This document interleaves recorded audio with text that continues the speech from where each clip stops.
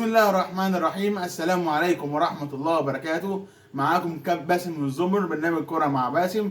النهارده هنحلل ماتش الزمالك وبيراميدز اللي انتهى منذ قليل 2-0 2-2 تعادل ايجابي 2-2. اللي جاب جولين بيراميدز عبد الله السعيد ورمضان صبحي، واللي جاب جولين بيراميدز الزمالك دونجا وابراهيم من النضاي. الزمالك النهارده بيراميدز لعب الشوط الاول ولا احلى ولا اجمل ولا اروع. جه الشوط الثاني سوريو بس اخطا خطا بذيع، بس عمل 4 تغييرات في اول الشوط الثاني. ده ما ينفعش في كره القدم، لان الزمالك كده لازم التغييرات تبقى واحده واحده اضطراريه، لازم تغيير. سوريو اغلط في التغييرات، عشان كده حصل طرد على محمود علاء. الطرد وكده في حظه طرد في اخر 8 دقايق من الماتش. كان لازم المفروض يعمل تغييرات واحده واحده، مش كله ورا بعض.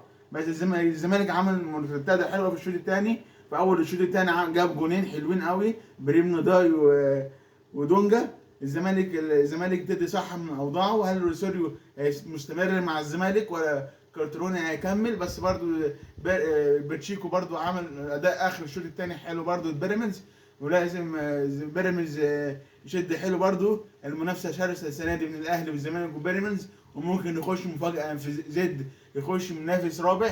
كل ده هنشوفه. فيوتشر النهارده فاز على فاركو 2-0 برضو. فيوتشر برضو شدد حلو. اللي جاي برضو مفاجاه بلديه المحل على المقاولين العرب 2-0. كل ده مفاجآت في الدوري النايل او الدوري النيل. كده الدوري بدأ سخن من الجولة الأولى. يا ساتر يا رب يا ساتر، كله يستعد وكله يربط الأحزمة. نشوف دوري سخن ونشوف دوري بتاع.